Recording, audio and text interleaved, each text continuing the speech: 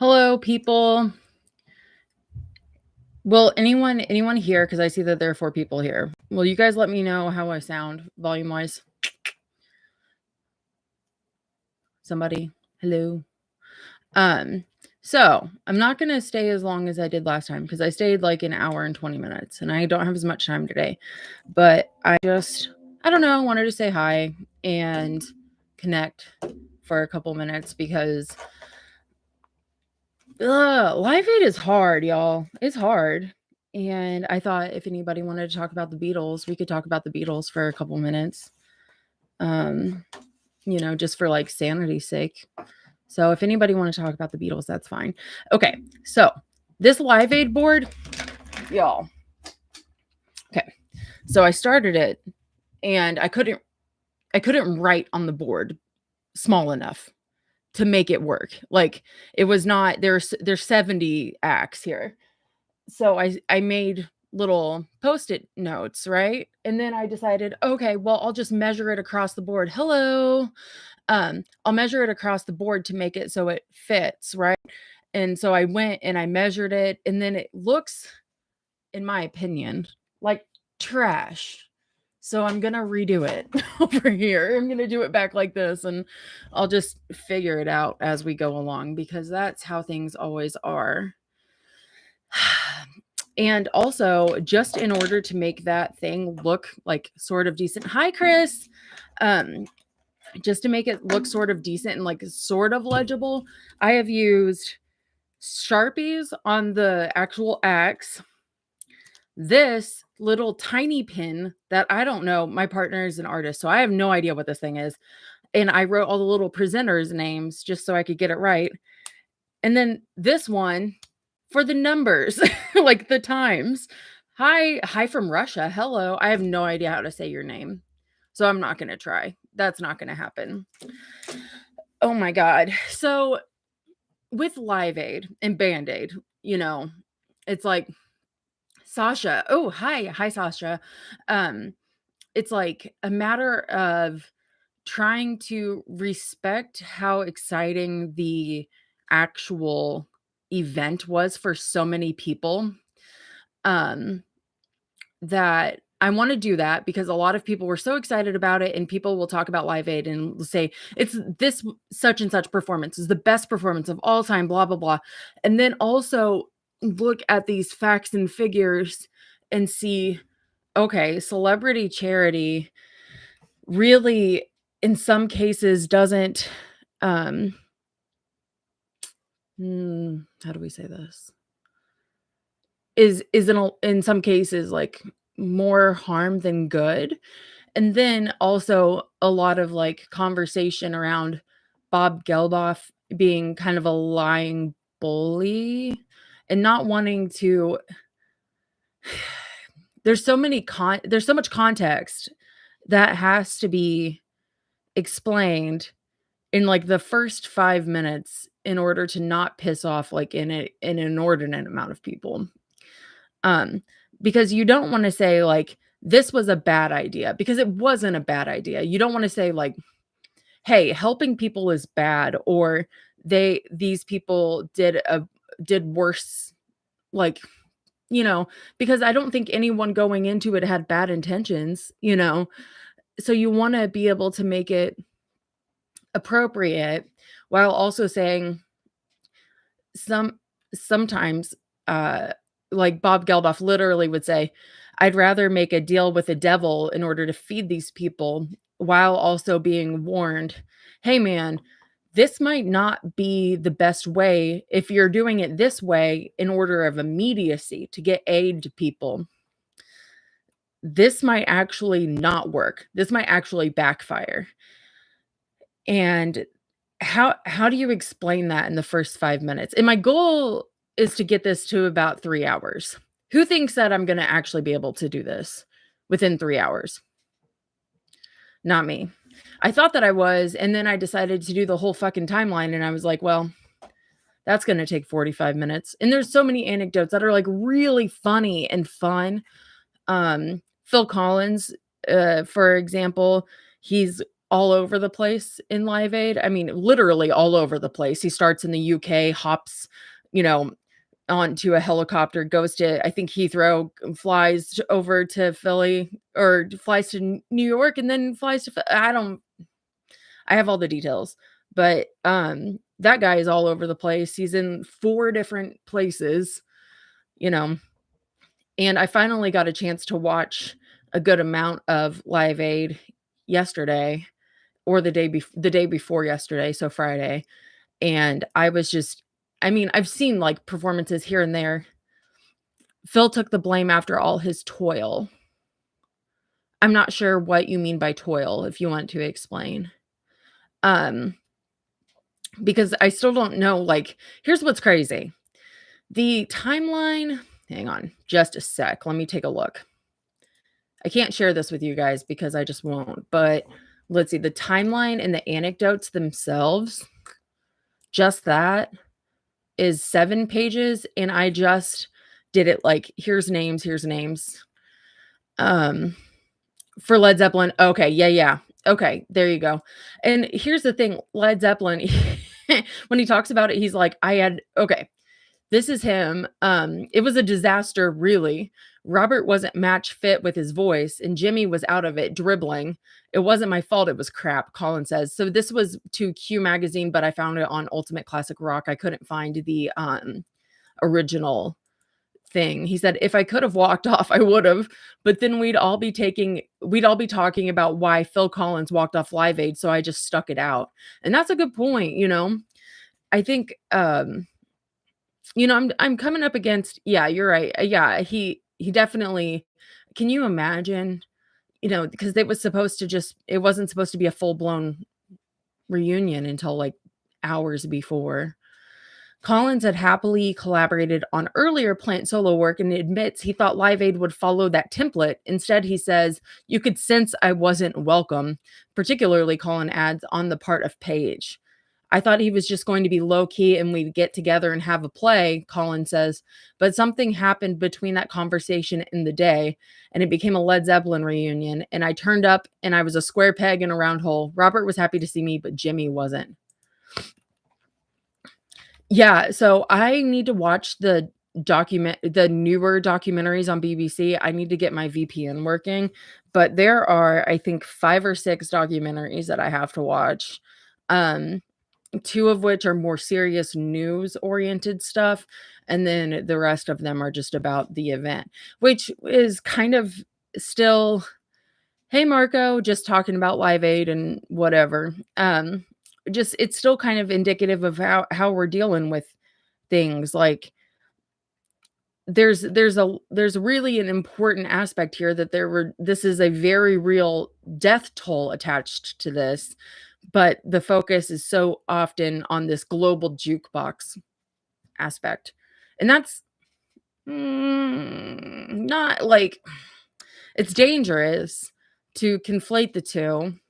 And then, of course, for me, I want to talk about Concert for Bangladesh and the comparison between the two, because it's me, you know, I want to talk about the Beatles, but with George, you know, as far as I know, unless if I've missed something huge, Bob Geldof didn't talk to George before doing this, and that would have been really smart, um, in my opinion, and he just didn't. But the financial failures with Bangladesh versus Live Aid and like the bigger issues are so, this was not the first big charity concert, Concert for Bangladesh was, but where did you hear that he did talk to him? Because I haven't found it yet. Do you remember where? Because I haven't heard that. I've heard that Bob Geldof was inspired by him, but I haven't heard that they actually had a conversation. And I would like to know exactly what was in that conversation, because I think that George would have given him some advice that he did not follow. Anyway, so George, like the issues with with concert for Bangladesh, and maybe he did talk to him because the issues were really surrounded by Klein and then taxes. And from what I understand, taxes were not as big an issue with Live Aid as they were for Bangladesh. So that's good. But the issue really was working with the government for Live Aid. So yeah, I don't know. And working with the government to do things, but I'm away from all my Beatles books at a minute. Yeah, let me know. Yeah, let me know if you can remember. I'll take a look and we'll see what happened, but I'll take a look and see because I've got let's see how many Geldof books. I think I've got 3 or 4 that I still have to go through. I have to go through, let's see, Bob Geldof, Champion of Africa's Hungry People by Darcy Adrian Valance. Bob Geldof, The Man Behind Live Aid by Nathan Assange. Bob Geldof, the rock star who raised $140 million for famine relief in Ethiopia by Charlotte Gray. Geldof in Africa by Bob Geldof. And Is That It by Bob Geldof. And the rest of them are all just Live Aid books. So, and a Freddie Mercury book that I'm going to look into because the Queen performance was just outrageously great. And I have to say, I really, really, really loved the U2 performance. I know that that's one of those things people say that that's the performance that got them on the map. Rightfully so. Damn, that was good. Damn, that was good. And my favorite, and I'm only halfway through right now, but my favorite Live Aid performance as of now, I haven't seen Sabbath yet. So I don't know because I really am just like a simp. Is Brian Ferry doing Jealous Guy. And at first I said, like, have we lost the plot choosing Jealous Guy as a song for this particular event? And then he played it and I was like, I take it back. I retract that statement. So he was really, really great. And I kind of lost my shit. So yeah. But if you guys want to talk Beatles, I'm so open to talking Beatles right now because I need a break. Don't work too hard, Lars Land. Well, I'm trying not to, but I only have one story right now, journalism story right now. So, you know, if I only have one, you know, it's kind of oh, hi Angel. Was never a fan of Queen, but their entrance at Live Aid was great. Lars, your 9-hour White Album was commendable and exhausting. Good on you. I'd like to see okay. So here, okay. Let's think of how we're going to reply to this. I'd like to see video commentary for the Beach Boys' Love You album from 1977. Bob Geldof is inseparable.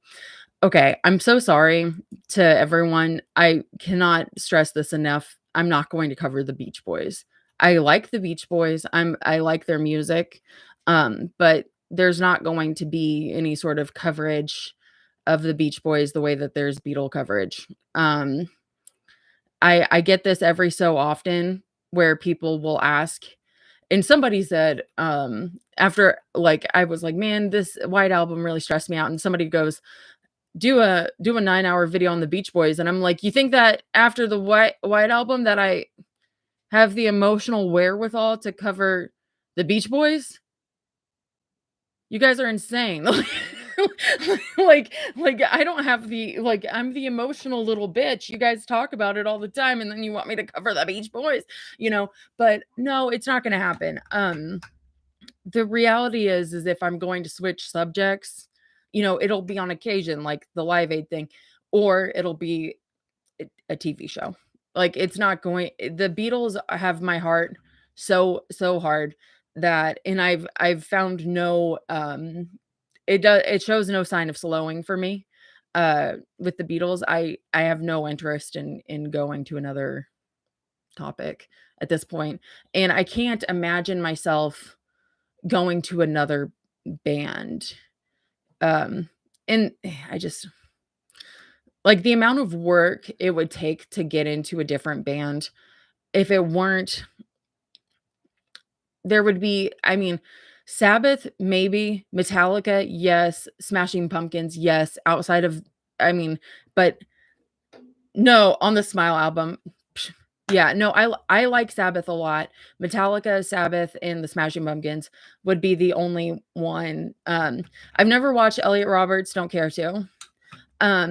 but those would be the only acts that I would be able to cover musically, or there's some like sort of connected, like Phil Spector. I would cover him. And I find him very interesting. Or like the Four Tops, I find him really not him, them really interesting. Um and no, it's nothing like oh no, you're good, Chris. Chris McGovern is and not to take away the name of Angel, but Chris McGovern is an angel. Love them so much. The Gen X muse. Chris, you're perfect. Don't ever worry about it. Don't ever worry about it, Chris. But no, I just don't watch like other Beatles creators. And maybe I'm just like a little defensive because there's only 16 people here, so who gives a fuck? But like I get compared to this guy so much that I'm like, stop. Like I don't care. Like I don't watch. I was never into like music video, like music essays before I got into the Beatles. This wasn't like um my area of interest before I got into the Beatles. I always enjoyed music, but the amount of like the deep dives and all that stuff, like it wasn't my thing beforehand. You guys know I'm not a musician. So I like when I watch YouTubers, I mean, I don't even know if you guys would know who I like. But so when I'm watching YouTubers, I still watch. Lars, do you think there will be any recorded film of the Beatles we've not seen yet? Was Get Back documentary. Oh my God. Was the last. I think that there might be. There's still some I can't tell if this guy's taking the shit. Like Big Ass, can you cover the Beach Boys? We just talked about this. I think they filmed the Beatles filmed themselves during the White Album session. I think one thing we might get more of, like if we're being realistic, probably like back like behind the scenes stuff of music videos and India. We might get India stuff with, I don't know, man. Like we might get India stuff, but I don't think we would get anything with volume or sound from India. And I don't think we're going to get anything more from the Maisels. And we might get more behind the scenes from Help. And from, well, I don't know. If we're going to get more behind the scenes stuff, it's going to be from Magical Mystery Tour, which I would eat up. Like I would eat that shit up. And for me personally, just me, this really isn't so much Beatles, but Yellow Submarine. I would love that. Please. That's more King features and stuff. And yeah, they did film some stuff during White Album of themselves. We do have the Hey Jude stuff, and we do have some stuff here, but I'm not sure like how much we would get with sound. It would be more of like B-roll. Magical Mystery Tour was an interesting time event. I would love a documentary about that. Yeah, I would love like a full-blown documentary. I did do a video on it. It's one of my most popular videos. I'm really, really pleased with how that one went down. Magical Mystery Tour was the first video that started this bullshit. Like this long stuff bullshit, because my Rubber Soul video was about an hour, and I did a video on Let It Be versus Let It Be Naked, and that was about like 50 minutes. But Magical Mystery Tour was the first one that started like the long stuff. That being said, though, you can't really get around making those long if you're covering something that has both an album and a movie. It's just too much. But I would love like a full-blown documentary with interviews and all kinds of stuff, because the thing is that that's something that's so like poo-pooed by the Beatles themselves. They just don't give a shit about Magical Mystery Tour because they're like, oh, it's embarrassing. But it's not. It's actually a really fun little thing. I think it would have been better if it went a little bit longer. The runtime would have helped if it went a little bit longer. But yeah. Would you do a show on Rolling Stones and the Beatles? I would maybe do a video about the Christmas show event. If we're talking like one secluded event. Yeah, I would do that. Also, please let it be done by Peter Jackson. Get Back was great. Yeah, I think Let It Be it was interesting to see the conversation with Peter and with Michael Lindsay Hogg at the beginning of Let It Be's remaster. I think that was probably like something that I really appreciated hearing from him, because he said that Let It Be was like really I don't know, inspirational for him.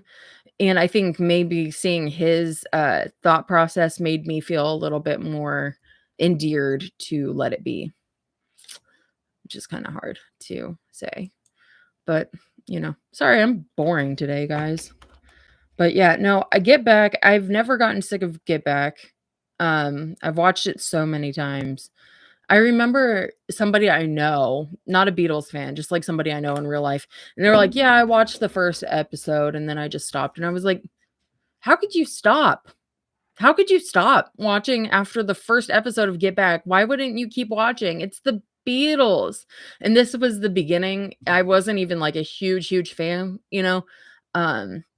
of the Beatles at the time. I was like just getting started and I thought, aren't we so lucky to be able to see this process of the Beatles? They're just so they're just such a big part of this world that it's really interesting. Even if you're not like a music fan, it was just really interesting, in my opinion.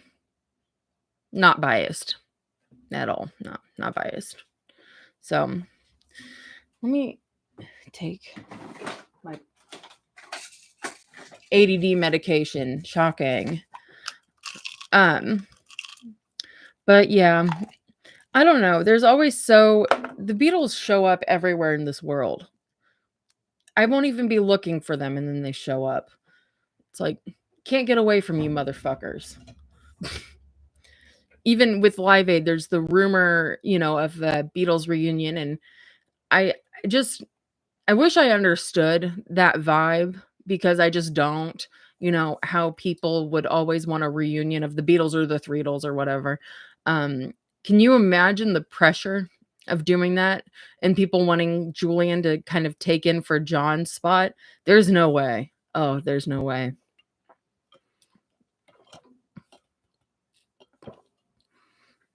I'm waiting to hear from people.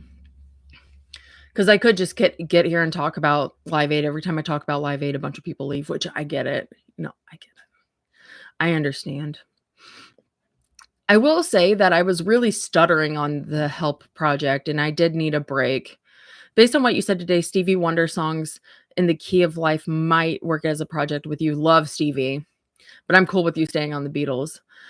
Lennon and Yoko appear on the Rolling Stones Rock and Roll Circus with Clapton and Mitch Mitchell, the Dirty Mac they call themselves. John even said in an interview they would only come back as an album. Yeah, which would have been cool, but I think that they were done sharing themselves in such a vulnerable way. George was not trying to reunite the Beatles for a Bangladesh concert. He was trying to get as many. If you want the differentiation here, it's not the point of a reunion. It was the point of getting as many big names up front to raise money for Bangladesh. It was so important to him to raise money for Bangladesh, help his friend Ravi, that he would have taken any big names. There was no shot that that Paul was going to come, but he was fine if John showed up, but he didn't want Yoko on stage, and that caused an issue. Fathom and I are going to Zoom next month. Awesome. By the way, loved your video with the Vinyl Sisters talking about Beatle pictures. Thank you. We had so much fun. We chatted on Zoom for about 2.5 hours. And during that, the collab, I actually had COVID. And so I was extremely sick and I had 3 Diet Mountain Dews during that, and I was going to cancel, like, moments. It was kind of on and off all week. I was like, "I don't know if I'm gonna be able to do it, like, I really don't feel good." Um, I don't have a voice, like, certain times. I had to pull my Patreon video that week. I was like, "I can't. I'm exhausted." And we got through it, and then the next day I did my Patreon video. 'Cause I was like, "We'll get through it. We'll get through it." It didn't show, Lars. You were so great. Oh, thank you, Chris. No, I was exhausted. I was so tired. And, but it was fun. We both had, we had cat interruptions, which are always really nice and just kind of show where everything was. But we'd been talking about that for several months. I think the group chat formed in like April, and we had Fathom had talked about wanting to do it, and we wanted to see if we could get all three of us. Ozzy did do Live Aid. Yeah, Sabbath did Live Aid. He did it. I think he did it. Hang on. Looking. Where is he?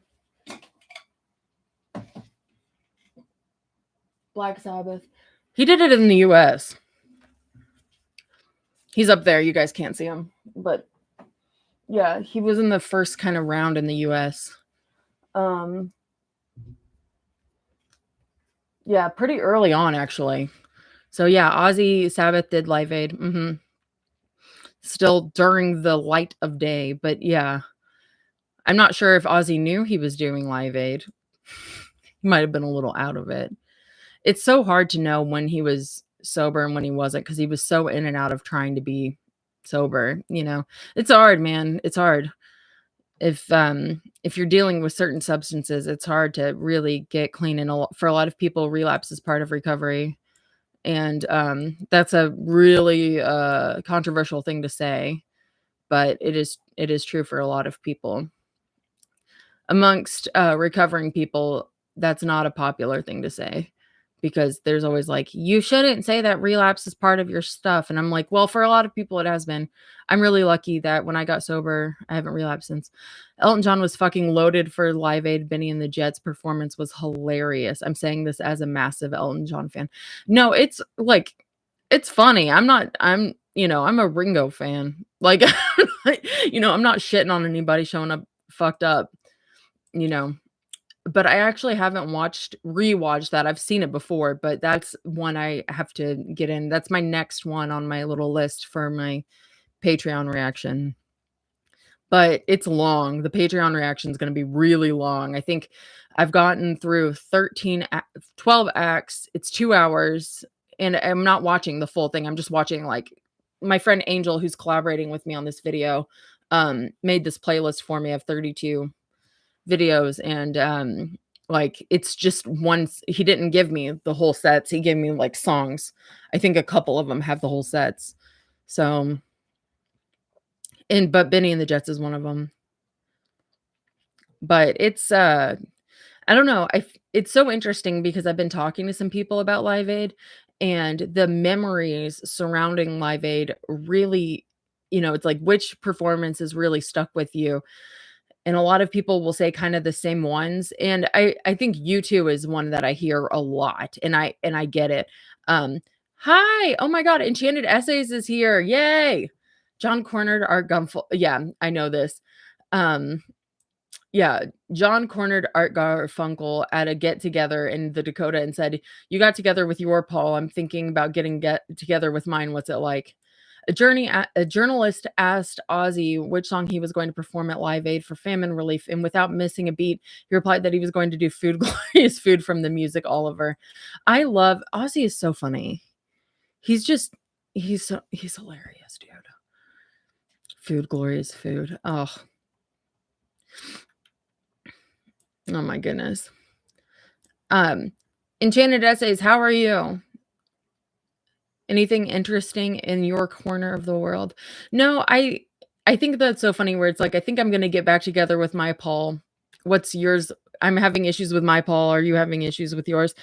John, it's funny because a lot of, like there's a lot of assumptions or just conversations where it's like John really hated Paul. And it's like, well, he might have hated him, but he was obsessed with him because people talk about him and he never shut up about Paul. He never stopped talking about the guy, like ever. He was always talking about Paul, always asking about Paul. He would say to people, "Do you think Paul thinks about me?"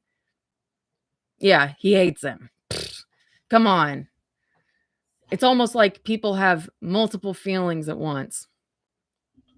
Oh, I'm feeling sassy today. This is caffeine.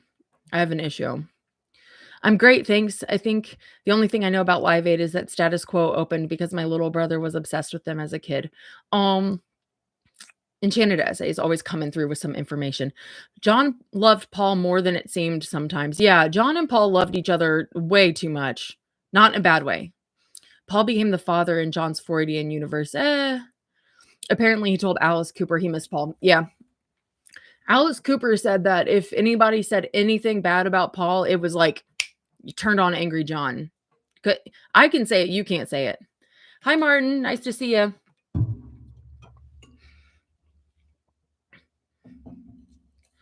I really liked Style Council at the beginning. And obviously Bowie was great. Queen was amazing. Just like, Astrid did take amazing pictures of the Beatles. I love those just lone pictures of Stu. An interesting thing one of Status Quo said about Band Aid was that they'd broken up, so they were the only ones who weren't there for the free publicity. Well, and that's the thing. It was really, I think for some people, it was really, they were like, this is a good opportunity for us. And some people said like, I don't know. It was definitely, I don't want to be like a total bitch, but it's so obvious that Live Aid was just an ego thing for a lot of people. Think what Paul said that John never let his feelings show was very telling. Yeah. John never let his feelings show until he got pissed off. Anger is an umbrella emotion. Led Zeppelin, not so great at Live Aid. Everyone I've talked to has said like, this was the worst Led Zeppelin. It was just awful. And I haven't rewatched it yet. I have to do a reaction for it for Patreon. So I had to cut my reaction at about 2 hours because I was getting tired. Chronic illness issues. So have a few Beatle recommendations for you, Beatles related. Yeah, tell me, Martin. Hi, Lars Land. Love your videos. Thank you. I love you guys. I love making my videos. That's something that I think like I complain a lot. I'll be like, oh, it's killing me. Guys, this is like my dream. This is my dream. The Who were disappointing too that day. I felt like, can we be honest? Can we just be honest? I don't listen to Beatles podcasts unless if it's like a couple of them. How many LPs do you have? Not very many. Not very many. I think I've got 2 45s and 2 full records. I don't have a turntable, so I don't have very many. And I will be honest, you guys, money is very tight. So the money I spend are on, shockingly, books. But I listen to lossless versions of the Beatles music and in the solo music, and I listen with in-ear monitors lately. It's like a whole different world. If you guys have ever listened with in-ear monitors, if you just don't care about your hearing, no, I do. I usually cap off my listening, but when I started listening, the first song I listened to with my in-ear monitors, I see a lot of chat coming. Let me just finish this thing real quick, and then I'll start responding to you guys. I listened to Savoy Truffle. Obviously, I shit myself. I was like, I love it so much. Mono or stereo, both. Which of them? Beatles for Sale and the White Album. And I have to say right now I'm going through a phase where I really like mono. I know. I'm sorry. I'm so sorry, guys. You know who has the best vinyl collection outside of Abby? Benji. Vinyl Benji. Go check him out. He does short form content, I think. He has some crazy stuff. Um, Rate the solo. Yeah, okay. So here's the thing. I would like to do Beatles solo. I think you guys might get mad at me because like the amount of I'll be doing George for a while. Like it's just I really like George's solo stuff a lot. In John's solo stuff I really enjoy to a degree, but it's like I have feelings about it. What do you think of Motorhead? Oh, I love Motorhead. I love Motorhead. Who doesn't love Motorhead? And also, if you're around my age, millennial or so, you grew up playing Tony Hawk Pro Skater. That was my introduction to Motorhead. Mono for me up to the White Album, though Beatles for Sale surprisingly good in stereo. I agree. I have to say, you guys, I'm going through. Are you guys gonna forgive? Hey, Mike, are you guys gonna forgive me for going through like a hardcore mono phase right now? I have to say, like, for the past 3 months or so, I've been listening to mono, mono, mono, mono, mono. George Harrison is the least popular Beatle. Do you agree? I think it's because of his reluctance. I think that he, among my people, I think that he's probably the most like we like to shit on him the most because he's just so grumpy and I think when it comes to like the Beatle that I clash up against emotionally the most it's George. I just like his solo music the most. So I work really hard to I work really, really hard. Us Gen Z kid play Skate 3. If you know, you know. I do know. I just never played it. Um, I work really, really hard to overcome my biases toward George. And I think that's why I come off really, really empathetic toward him because I have to work real hard. George in Anthology saying to Paul, play the short version of Blue Moon, sort of. Yeah. But one of my friends had a really good point about in Anthology where George is like, let's play the short version of Blue Moon.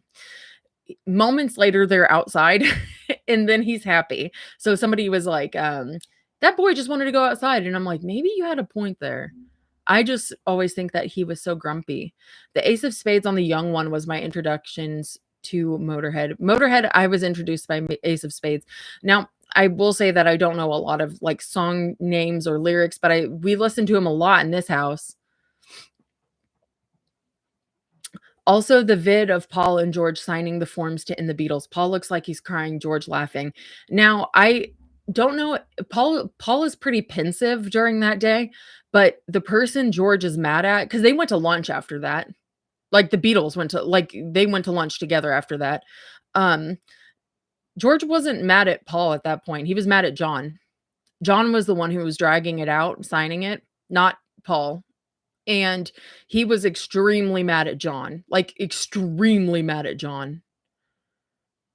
The Young One episode with Motorhead Bambi has so much Beatles symbolism in it. Okay, I have to go scroll up and see what all we're saying.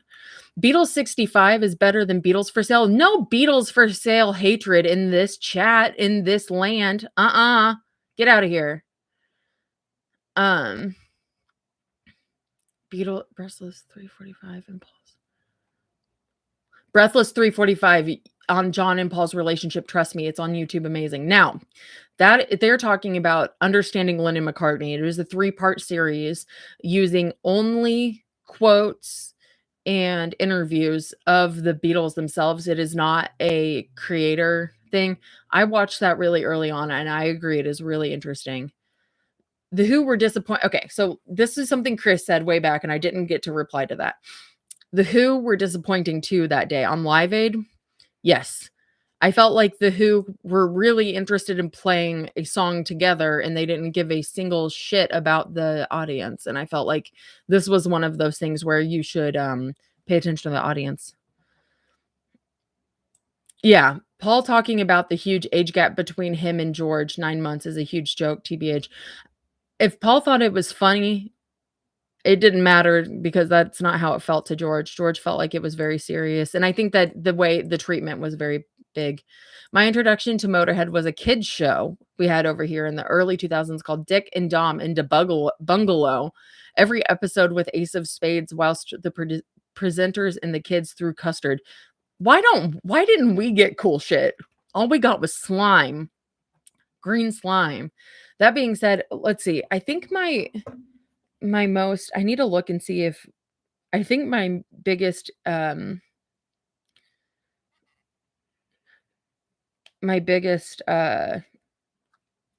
demographic is Gen X. Let me see. Well, no, it's like the elder Zs and the early millennials, 25 to 34. That being said, 80% male, 19% female, and 1% user specified. I got the MBs out here. I've got 49% US, 13% UK, 4% Canada, and the rest of them are just, which is actually really not like I'm impressive, but it's actually really impressive because a lot of people will have a higher, like a lot higher US.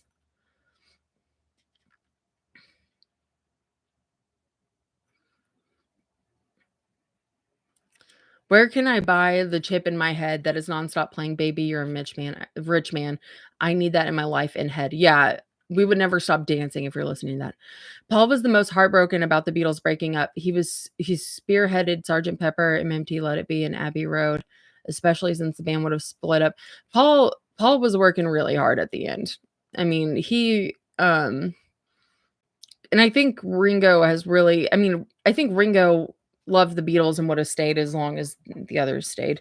And it's not because he like depended on the Beatles or needed them or whatever. It's just um that he loved them, and he was going to stay. And they worked together so well. 48 here from the Netherlands. I don't identify with a generation because 1977 is totally in between generations. Yeah, generational. I need to get past generational mindsets. Thank you so much for these videos. I'm so grateful for them. I've learned so much about the Beatles because of you. I would not have the patience to do all the research you do myself. So thank you. Oh, thank you. I sound so cocky when I talk about my videos because I'm like, they're good. Like, I know they're good. And I wouldn't put it up if I didn't think it was good. You did a great video, Read the Beatles, showing they weren't perfect. I think that's needed, challenging opinions rather than solely being a fanboy. So I have to say, if you go look at those comments of the Beatles and domestic violence video, people were ready to have that conversation. You guys showed up and were ready to have that, have that conversation. And like, people weren't afraid of it or upset about it for the most part. Like, a couple people said, like, it was just the stuff that you get where it's like, "You're using this for views," and I'm like, "Baby, have you seen how tiny my channel is? Like, views," you know? If I wanted to go for views, I would go back to doing TV stuff, um, which I still want to do, but that's a whole different thing. But, like, people were ready to have that conversation about domestic violence, and they were open, and it was really interesting. Are you a fan of Badfinger? I think they were a great band that got ripped off of the music industry. See, I like what I know of Badfinger, but I don't know very much. Now, I kind of wish that my partner would never go on camera, like, ever. But I wish that I had them here because I would ask and then they would say all this really smart stuff and then I would look smart. So that would be nice. um Let's see. Elvis only covered Beatles songs that Paul or George sang, never John stuff. Interesting. I find it funny how Paul doesn't want to take blame for MMT. Yeah, okay. Paul, this was all Paul, you gotta take blame for Magical Mystery Tour. It's all your fault, bud. Would you go and watch a Paul gig now? If somebody paid for it for me, I'm not paying that money. I come off extremely, like, extroverted. I'm extremely introverted. I don't like I don't like leaving my house much. I leave my house to go to the gym and to take walks and, um, like, that's it. What's your favorite Beatles parody outside of the Ruddles? Um, None. Like, I don't know. Enchanted Essays, when you sent me that Ringo uh parody, is that the same person? And who was that?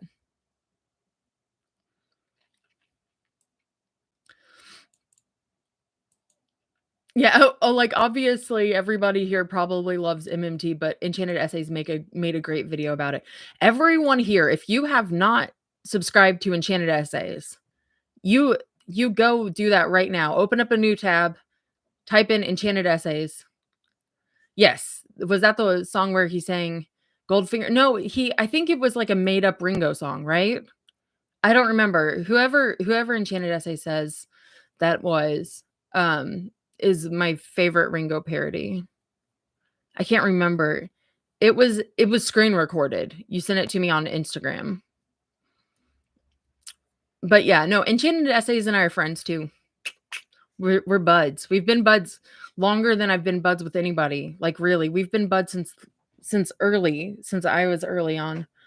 And Enchanted Essays makes like such amazing edits, such amazing stuff. A lot of UK television, a lot of the monkeys, so funny, so witty, really great edits. I wish that Peter Serafinowicz, yeah, okay. There's some interesting parallels with how Paul often tried to change his early girlfriend suits to taste how he treated the other Beatles, micromanaging George playing, etc. Now, that's interesting, but I'm not gonna put that just on Paul. That was all of them. Well, not all of them. That wasn't Ringo didn't do that. But John and Paul both did that a lot. And George, I don't think tried to ever tell Patty what to wear or whatever, but she wore great stuff anyway.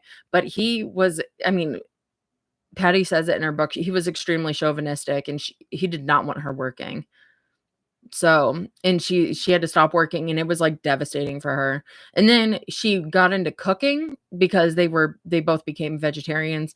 So you have to learn a lot of new stuff, especially if you're going to be a vegetarian in the 60s. Like there's not the same kind of meat substitute kind of stuff. Like maybe I don't know, you'd be shredding stuff like, oh my god, what fruit is it? Oh Jesus, I can't think of it.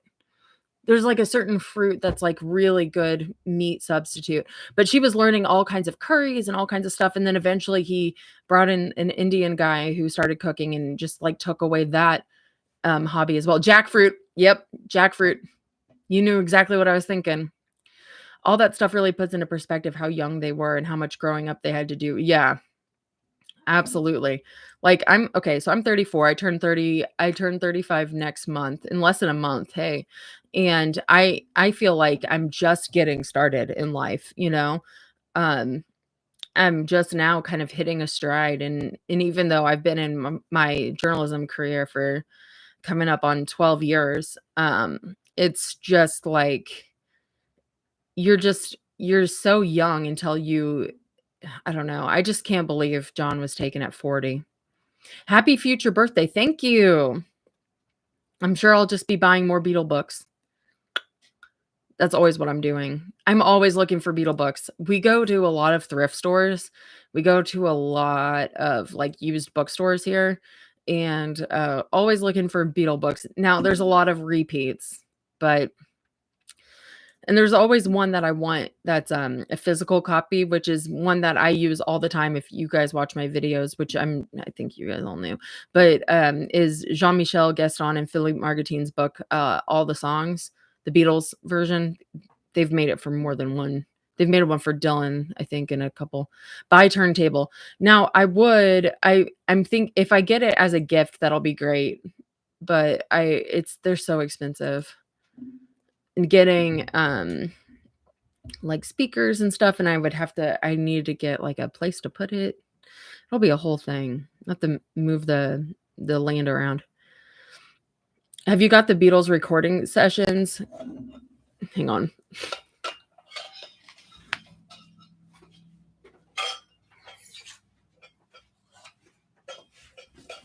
Yep. This is all from the White Album.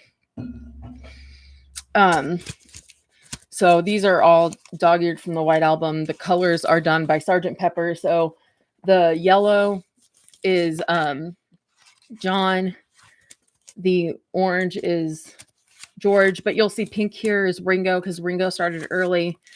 And then you have to go quite a ways to finally see orange for George. And of course, the blue is Paul. And then I ran out of yellow. So back here, I finally found some green. But I will say, I caution you against believing or finding every single little bit of the Beatles recording sessions. It is not biblically accurate. I would check out some of Doug Solpe's stuff, the 910 publications. He talks about inaccuracies that Lewison put out there. I wish Spotify went lossless. I have Beatles CDs, but I should have looked after them more. But even still, it's hard to find a shop that sells a CD player without a good headphone jack. TuneIn is beyond flawed. TuneIn may be flawed, but it's an interesting book. I own it. I own both the extended and the regular. TuneIn is in a lot of places just outright deceptive and manipulative of the truth. So be careful. You know, if you're reading TuneIn, you find something to be interesting, go to the footnote, go to the source material and see those quotes because they are inaccurate. He cuts them up. He puts a quote from one year and puts something in the middle and puts another. It might be an interesting book, but it's practically fiction in parts. Okay. I wish Spotify went lossless. I have Beatles CDs, but I should have looked after them more. But even still, it's hard to find a shop that sells a CD player without a good headphone jack. That is true. I have Apple Music and it's lossless, but also I have all downloads of lossless versions. I just at this point I need it to be kind of lossless. I trust Paul's Many Years From Now or George's I Me Mine. None are perfect. They're hard. Like you have to read it through a filter. You know, you have to read it through a filter. Because who is benefiting from this? You know, if it's George's I Me Mine, I think George, you're gonna have to think, okay, he's gonna view this kind of curmudgeonly. He's always kind of viewed the Beatles in a pretty negative light. So you have to take a pretty grain of salt. Paul is Paul's Many Years From Now is defensive and he's kind of trying to set the record straight from Lennon Remembers. So you have to think of who is this narrative serving? And so when you read it you have to think about that. Did you watch 1-to-1 about John and Yoko? Great documentary that's super relevant. I wanted to, but it did not come to theaters where I'm around. My first Beatles book I bought was when I was 16, The Wild Lives of John Lennon. What an introduction. I own that. I got it for $3. Oh, sorry guys. That was Jack. Jack chatted. Jack said +sign to you guys. What an introduction. When I put up this was one of the first and maybe one of 5 negative comments on the domestic violence video. I cannot once again, buddy, what are we doing? What are we doing? What are we doing? What are we doing? Okay. I simply don't trust Lennon Remembers. John was angry. And you are so right, Matt. John was angry and Klein was feeding him some nonsense at the time. Matt, you are on point. Because even John tells us not to trust it. John says, I said that, but I was lying. He said he could hardly remember what he said. Do you like Goldman's work? I've read it. I found it to be an interesting fiction for the most part. Yeah, Matt, you seem like and I didn't mean to be a bitch about Lewison. You guys know how I feel about him. So Matt, please don't think that I was trying to come after you, buddy. Do you like Goldman's work? Goldman is almost a satire. He said some crazy shit. If you guys go back and read it through the lens of homophobia. Hi, Lars. Have you read Fly Away Paul by Leslie and Jones? I have not, but have you guys read Being John Lennon by Leslie Ann Jones. It is maybe my favorite John book right now, other than Ray Connolly's John book is really good. They called George the Quiet Beetle, but he had opinion on everything and gave it frequently. He was more like the grumpy, sarcastic Beetle. Exactly. George was not the quiet Beetle. Ringo was the quiet Beetle, but I would say that's only because people didn't ask him a lot of questions. I'm amazed the amount of authors that use that interview at face value. Yeah, Scott, I totally agree. And here's the thing, I have to use Lennon Remembers quite a bit during song breakdowns, but I think you guys will know when I'm talking about songs, the Let's Listen sections and videos, a lot of it's the Playboy interviews, which I find to be more um reliable. But Playboy, David Sheff went through and asked just song by song what he thought. So, but I have to say that must have been so overwhelming, like sitting there and asking about like 250 songs, or something like that. Just what do you think? And he's like, you can't remember all of them, like, like, and I think sometimes, I see now not I wanna say, when I'm, like, shitting on commenters, it's almost I'm never really talking about you guys because I cannot stress this enough. The Lars Land visitors are smarter than Lars. Almost all of you have been Beatles fans longer than me. Chris McGovern, for example, the Gen X Muse podcast, you guys on Spotify, you guys should go check out Chris. Chris is so knowledgeable, so knowledgeable. Um, uh, and so like these people know like scores and scores and scores more than me. So when I'm talking about comments that I see, it's usually like when I'll go and look at interviews on YouTube and people will say George didn't remember anything or something, an anthology, you guys know, I'm sure, where they'll say Ringo said, I think he said that that MMT came out or like the White Album came out in 1967. So they're like, he didn't know anything about, anything. You can't possibly get every year correct. And also Ringo did a lot of stuff. Okay, about my prior points about Sean and Julian in the past, my point wasn't that Sean was physically abusive, but verbally he wasn't an easy man. No, he was not. Um, so I think it's hard, and I cannot imagine, can you imagine having a difficult dad, because I had a difficult dad, have one, um, and, um, can you imagine being asked about it in your 60s?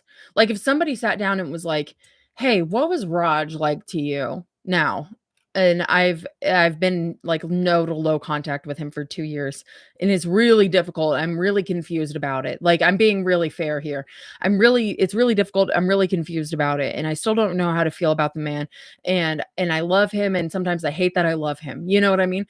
And as far as I know, I don't think he was as difficult as John, and being asked about it and trying to figure out how to talk about it, without, like, really fucking up, because not only are you talking about something that's, like, a difficult topic, but you have hordes of very defensive fans, and there's you have consequences for how you answer things. So, Julian, I think we need to give him some grace. He's had a weird life, like a weird life. So, the way that we might handle it, with a difficult father in our 60s, I don't know if it's fair to say, he should this or that because he's had such a weird life that I nobody can really, like, relate to. Okay, so we've got some comments here. Um,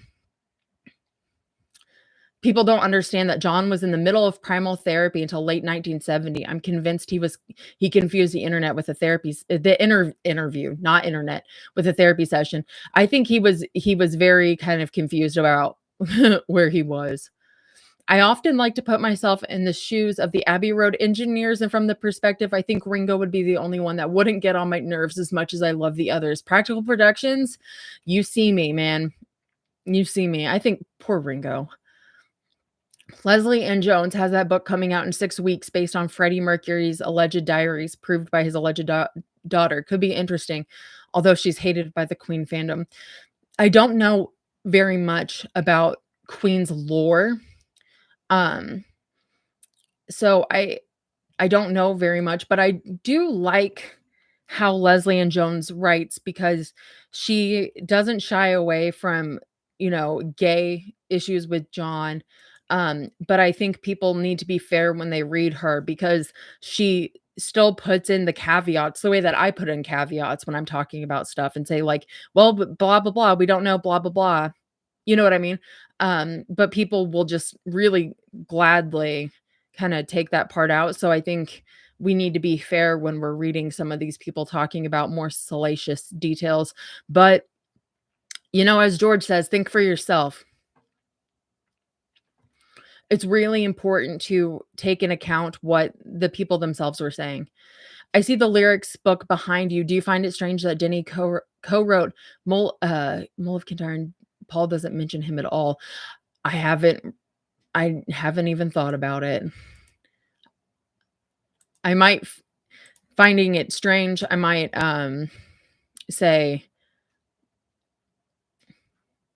that's Paul sometimes. I suspect Denny didn't actually write it. That being said, I mean, Paul really liked to go by numbers and figures of like the 80%, 20% kind of thing of songs. But I don't know. It's hard because I don't know exactly. I'm assuming he went back and had a lot of reference material when he was writing that. So I don't know. But Paul doesn't mention him all in the writing process of the song. Did he credit him? Hang on, guys. I'm not pulling it out. I'm gonna go through my my ebooks because if you own the lyrics, you know that that is such an obnoxious Jack. Jack, buddy. Oh my god, buddy, come on. Denny is credited. Okay, I'll have to go reread it. Some don't know that Julian in the early 80s submitted his demos while not using his last name. He was signed on his talent. That's a pretty huge deal. I really like what I've heard of Julian's music, but I have to say, Julian is an extremely, extremely talented photographer.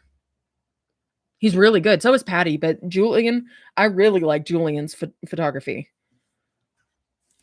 How many people? Yeah, okay. So we've got 34 people here.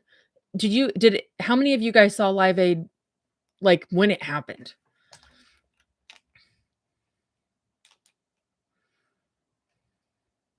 I find it interesting that the only Beatle who has a son with children is Ringo. A bit sad that John, George, and Paul don't seem to likely pass down the family name.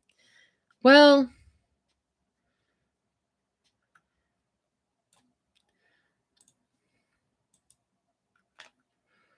Julian was a bomb on several fronts. So far we've got Angel and JV both saw Live Aid on and win. Okay. For a second, Isabella, I thought you were saying that none of them had children, and I was like, well, Paul has like 80,000 grandchildren, so that's not, not me, sadly. I didn't see it live. I wasn't born yet. Isabella saw Live Aid live. Lots of people saw Live Aid live. I'm accepting any anecdotes you guys want to share. Paul flipping credits is one thing I can't have at all. Yeah, I have a hard time with the credits thing because I do feel like it is something that does continually push down on, how am I going to say this? It's one of the reasons that George would be rightfully, I think, angry because there are bits and bobs that he did contribute, and he wouldn't care if he wasn't credited if the others didn't insist on giving themselves credit in George songs. I had to go on a Sunday school trip the morning of Live Aid. Boo! I set up a tape cassette on a timer to record Elvis Costello. Got back to catch the end of Dire Straits. Okay. just saw some of the live feeds. Didn't have MTV in New York, but I saw both local TV covering it, and Dick Clark had an evening special with clips. Hey, okay, if you saw Live Aid, and I need you to be very honest with very honest with your memories here. Did you see Prince's submitted video? Okay, be honest with your memories. And when did you see it? Do you remember when you saw it? Was it during Dick Clark? I need this. I very much need this. And I have seen that he was in it. Okay. And I've seen the video that he submitted. Okay. But I need you guys to be super like dig deep. And if you're a Ringo and you don't remember, Angel, you say during Dick Clark, but we don't remember for sure, do we? Angel's my contributor, my collaborator for this video. I don't remember. I was quite young. Primetime special. Okay, so if it was during the last 3 hours, we can do that. Like we can say he was in there. But I just don't remember. I do remember Madonna was on in LA. So here's the timeline back here for the people that weren't here earlier. We're fixing it. Okay. I know it looks like garbage. We're fixing it. We're working on it. But I have all of these things, but I don't have a time for Prince. And there's a lot so here's another thing. We talk about there's 70 acts, right? But then Oz for Australia has like several, and that is its own thing. That when I started looking into that, I was like, well, shit, that's its own video, which I'm not going to be doing. I watched as much as possible, but I don't remember Prince. I don't remember. I was quite young. I don't remember Prince having a clip. I do remember Madonna. Paul hadn't performed in 5 years since John's death and was nervous doing Live Aid. When his mic cut out during Let It Be, he could hear the engineers talking to each other, trying to fix it. The Pete Best interview with David Letterman is painful. Dude, I hate watching that.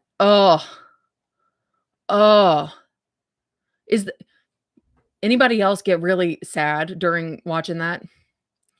I sent you the timeline. It was before the Four Tops. See, then that wouldn't be... Can you send that to me again? Which timeline was that? Was that in the one timeline? Because it's not printed out. This is the timeline that I have. That I printed out. Yes, I did. You guys know me. And I've gone through it several times. Also, the reason why this is all fucked up is because Jack really likes to fuck with the printer. Angel, do you mind texting that to me again? The Dick Clark timeline. If you have the Dick Clark timeline, I'd like it. I'm not trying to be a bitch. You know I'm not trying to be a bitch. Angel is one of my good friends. Apparently Prince's contribution was to send a clip of Stark naked with a guitar saying "Feed the World." Unsurprisingly, it was never used or seen by the public. Don't you wish someone said that about John and said, "Hey buddy, we're not going to let everybody see your dick." And yet we've all seen his dick so many times. Oh yeah, the Jagger Bowie dancing in the street is so cringe. Haha. Apparently Pete Best. Yeah, Pete just retired a couple months ago, which was sad because I would have liked to have met him. Has anyone here met Pete? Pete Best has a net worth of at least $1 million. Yeah, Pete has done okay. You know, he's not destitute. But yes, Pete has done okay. But that interview, that Letterman interview is extremely hard because like it looks like I froze. Am I frozen? Okay. Think he was in the band with the members of the Quarrymen. He was in the Beatles. Oh, wait. He think he was in the band with the members of the Quarrymen. Yeah, I don't know what band he was in afterward, but he performed regularly until a couple months ago. And Roag performed it. Yeah, Ringo drunk interviews are extremely painful. Yes. Ringo drunk interviews are some of the hardest ones to watch because of and you guys will know exactly what I'm talking about. Where I'll go. You guys know what I'm talking about? You guys know? Let's see. I liked the other guy, Nickel. That must have been weird to sit in for Ringo. You know what must have been extremely weird too for Jimmy is that he was a tall guy. He was taller than the other ones and he had to wear Ringo's suit. And he's like, you can see like there's a good amount of space between that wrist and that jacket. He performed with Davy Jones of the Monkees as well. Oh, cool. Is Enchanted Essay still here? I remember watching BB King performing from Holland early on Live Aid Day, and there was a Russian segment too. And here's what's weird. So I know that there's a Russian segment. Here, wait a second. Give me a sec, guys. Norway, BB King, there's the Dutch performance. And that was during a festival. Okay. Yeah. Okay. So I wanted to see if Enchanted Essay saw that. So Enchanted Essay saw that. Okay. So we've got Oz for Africa here, Japan, which had 4 performances, BB King, Yugoslavia, Russia, Autograph, Deutschland, Germany, Norway, West Germany to be precise here. And then there were other ones that we just didn't see in our timeline, but that were also involved. Just a lot going on that day. And it's just a feat of mankind that they got that thing done. It is so weird. Okay, Ringo and George being, did anybody else get the laugh joke here? Is he drunk in an interview? I need to watch that. Several throughout the 80s ones. The ones with him and Barb, he is sober during, or sober enough, but in the mid to late 80s, if you watch any mid to late 80s, like 85 to 88, that it was pretty bad. And if you watch the Rock and Roll Hall of Fame acceptance speech, it is one of the most, like, I think it's hilarious personally, because I had seen it right at the beginning of Lars Land Beatlemania, and I just thought, they're trying to play off a Beatle right now. You know, it was really funny, but George is extremely sober.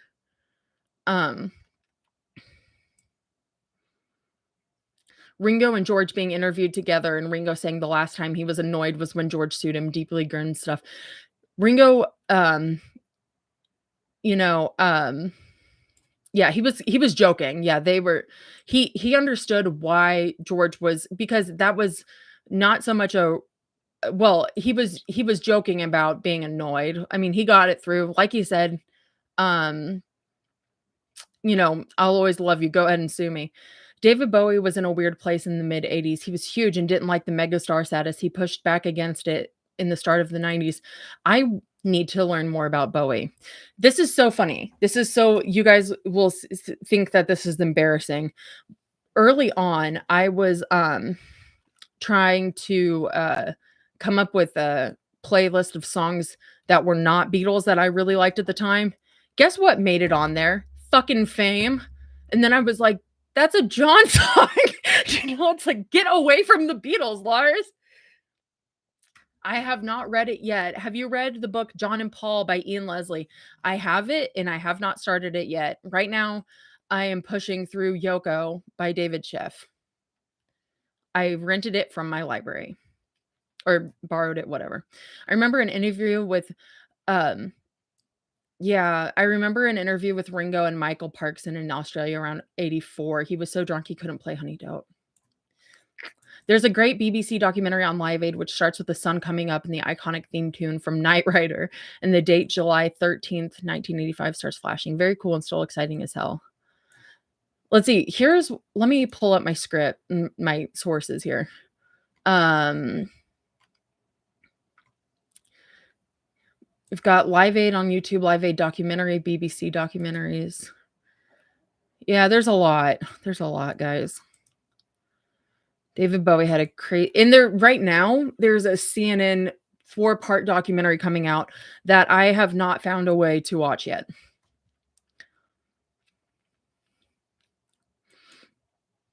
I can dislike Yoko for many things. Breaking up the Beatles isn't one of them, and the poor woman watched her husband be murdered.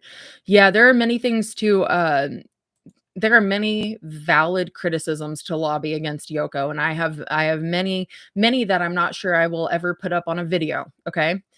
But she is one of many wedges that that caused the breakup or, like, was part of the breakup, but she was not the cause. Like, if you s I actually don't really think that I see that take at least from you guys, nobody really thinks that she was the cause, but she was just it was already difficult, it was already tough, and, she came in at a time, um that wasn't gonna be good anyway, but I think, you know, to put it on one person is pretty shitty, and to put it on one person that wasn't even in the Beatles is pretty insane. Let's not be doing that. There are lots of things to lobby against her, but I have to tell you right now, she's 90, she's 90, 91. She has seen something that I would hope no one ever has to see, ever. Um, and I just hope right now that Yoko has just the most lovely, comfortable end of her life. But there are things that she has done and said and perpetrated in her life that I find to be very, hmm, hmm, like, disgusting. Anyway, we'll move on. Have you heard of the movie about that John and Brian Epstein holiday in Spain? You mean that I think it's the Hours and the Times? I have seen that documentary. Not documentary, my god, no, no, no, movie, I've seen it. It's really cringe. Like, in addition to, just be like, it's just cringe, it's just a cringe one. The BB King performance is brilliant, yes. Check out a book by Dylan Jones called The '80s, One Day, One Decade. Okay, let's see. Hang on, guys. I know I could type it, but I'm gonna write it. Where's my notebook? There we go. I'm running out of space in this notebook. I'm gonna need to get a new one. I'm a notebook person. Dylan Jones, The '80s.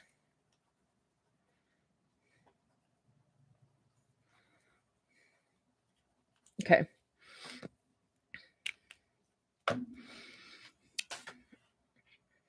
I love when Paul says in Get Back in 50 years' times, they will say that they broke up because Yoko sat on an amp. How right he was. And that's the thing, like, a lot of, things started falling apart during times, and it was like certainly started to fall apart and unravel as she's sitting on the amp, right? But that's not because that she's, you know what I mean? Okay. Anyway, my copy came out in 2013. Were you inspired? No. Were you inspired by any Beatles channels on YouTube? No. Before I don't watch Beatles YouTubers ever. I've seen two before I got into the Beatles, I've seen two Beatles um YouTube videos. One was called Replacing Ringo and one was on Mal's life. And in a couple of my videos, I've, like, mentioned them or linked them. So those were two that I'd seen beforehand, but I wasn't in the music sphere the way that, like, I'm into the Beatles now. It was never music theory wasn't something that was interesting to me. Um, and music history really wasn't something that was interesting to me. Like, I can't this is the one thing that I'm like, "Oh, this is the thing that I wish that I got, like, this is where I wish I got my credit." Like, is that I cannot express to you guys how much I didn't know anything about the world. Like, I knew about culture. I knew about history and culture, but I didn't know about music. Like, that's the one thing where I'm like, "Okay, I've learned a lot. Like, I've learned a lot. I've done a good job." Like, that's the thing where I'm like, "Okay, okay, okay, okay." You know, um, there's a lot that I've fucked up, but, like, I've come from, like, 0 to 800, with that stuff. But no, I was never into, like, people will be like, "You should watch so and so," or "Do you watch so and so?" And I'm like, "No." And in my free time, I still don't. Like, if I'm listening to podcasts, there'll be journalism podcasts and YouTubers that I watch. I like First off, I like, you know, um interesting, like, things like The Right Opinion. Um, I like I like kind of satire, funny stuff. I like Papa Meat, which is something that none of you guys will listen. If anyone here watches Papa Meat, we're friends. We're already friends. I like, I don't know. I like sometimes like channels that are like 20 craziest things found on Ring. Shaden, do you watch Papa Me? If so, we're friends. Like 20 craziest things that are found on Ring camera. Sometimes I watch stuff like that, but I watch a lot of TV. I'm a TV person, so I watch a lot of TV shows. And I'm like, another thing that I'm really into is sumo wrestling. So that's another thing. Every 2 months, sumo wrestling tournaments come on. Okay. Bowie song heroes. Let's see. Also, Papa Meat does a podcast with Wendigoon, where they read uh like creepypasta and stuff, and it's really funny. It's real fun. Let's see. I also like do a lot of video essays on like black culture. So let's see. Stranger in a Strange Land. Um oh my god, why am I forgetting all of their names? Khadija and Bo does really good stuff. Um have you heard about the canceled Yellow Submarine sequel that Al Brodex tried to make in the 80s? No. No, I haven't. Yeah, and Meat Canyon too, sorry. Yeah, Meat Canyon as well.